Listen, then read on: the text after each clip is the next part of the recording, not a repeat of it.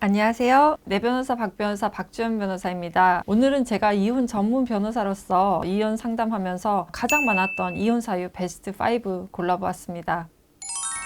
첫 번째로 부정행위가 가장 많습니다. 다른 사람과 연인 관계처럼 지낸다든지, 성매매 업소, 불법 마사지 업소, 아니면 노래방 도우미, 전부 다 부정행위에 포함됩니다. 이 부정행위가 가장 많이 발생하는 곳은 아무래도 매일 얼굴을 보는 직장이고, 그래서 직장 동료들 간의 부정행위가 제일 많은 것 같고, 또 심한 경우는 부부 사이끼리 다 알고 지냈었는데 배우자와 바람이 나는 그런 경우들도 있었습니다. 두 번째로는 시댁과의 갈등이 정말 많았습니다. 그 중에서도 정말 한결같이 많았던 사유는 시부모님이 굉장한 자산가이시고 평소에 입버릇처럼 너희 부부한테 이 땅을 주겠다 이런 약속을 계속해서 해오셨는데, 그래서 그 약속만 믿고 온갖 시댁의 제사, 집안일 이런 무시들을 다 참고 지내왔던 거죠. 그런데 계속 말만 하시고 주지는 않으시는 겁니다. 그럼 남편한테 닥달을 하죠. 왜 시부모님이 안 주시냐, 이런 걸로 계속 싸우는 거예요. 그러다가 어느 순간 이번 명절부터 나는 이제 며느리로서 노릇을 하지 않겠다, 이번 명절부터 시댁에 가지 않겠다, 이렇게 하죠. 그러면 남편은 굉장히 중간에서 난감해합니다. 시부모님한테 빨리 좀 달라라고 얘기할 수도 없고, 그렇다고 아내한테 뭐라고 할 수도 없고, 그래서 중간에서 어쩌지를 못하는데 또 아내는 그런 남편의 모습이 밉죠.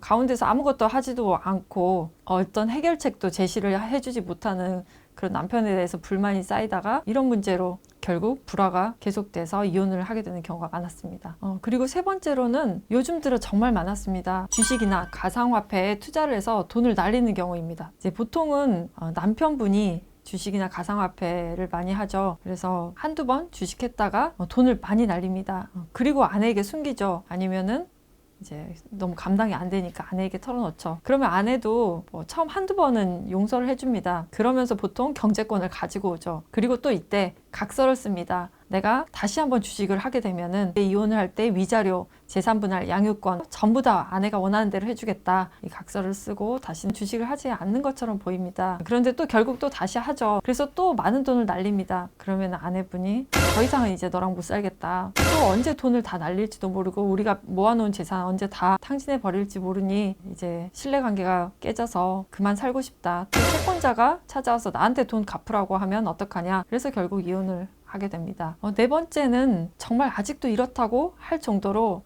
폭행, 폭언의 경우가 정말 많았습니다. 그래서 이런 폭행이나 폭언을 가지고 경찰서에 신고하는 경우도 굉장히 많고요. 실제로 이혼으로 가는 사례들은 이렇게 위급한 순간에서 가정폭력을 신고해서 이걸 증거로 제출하는 경우가 많은데, 일반적으로 그냥 부부싸움을 하다가 홧김에 신고를 하는 경우도 많이 있기는 합니다. 이런 경우는 그냥 이혼 상담만 하고 이혼 소송으로까지는 가지 않는데요. 보통 이제 한쪽 배우자가 공무원이나 교직원이면은 이렇게 112 신고를 하면은 바로 직장으로 통보가 되기 때문에 신고를 해놓고 후회를 하는 경우가 많습니다. 폭언, 막말, 그리고 이런 무시하는 발언, 이런 것들이 이혼 사유가 많이 되는데요. 이런 무시하는 발언, 이런 것들은 정말 크게 상처가 되는지 한 20년 혼인 생활을 했는데도 처음 결혼했을 때부터 지금까지 했던 그런 말 하나하나를 다 기억하는 분들이 많더라고요. 그리고 다섯 번째는 의외로 정말 많은데 생활비 문제입니다. 보통은 이제 자녀가 생기면서 아내분이 맞벌이 하다가 직장을 그만두고 육아를 전담을 하면서 전업주부가 되는데, 그러면서 남편한테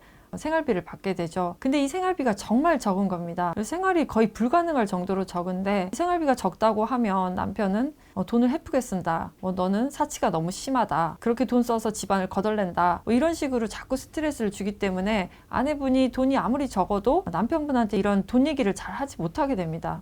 그러다가 이 생활비가 필요하다 보니까 대출을 받게 되고, 남편 모르는 대출이 쌓이게 되죠. 그러면 남편이 어느 순간 이제 그 대출을 알게 돼서 이러니까 너한테 생활비를 조금 준 것이다, 사치가 많아서 대출을 받게 된 것이다, 이런 식으로 자꾸 몰고 가서 아내를 이 경제적으로 굉장히 궁지에 몰아넣습니다. 계속 돈으로 주눅이 들게 하고 위축되게 하다 보니까 더 이상 생활을 할 수 없게 되는 경우가 많았습니다. 의외로 이런 케이스가 많아서 정말 깜짝 놀랐고, 지금 제가 하고 있는 사건 중에도 이런 케이스가 한 3건 정도가 있는데, 사람마다 느끼는 정도가 다르니 제가 얼마라고 말씀을 드리기는 어렵지만 제 기준으로는 정말 일주일 정도 살 수 있을 정도의 그런 생활비였습니다.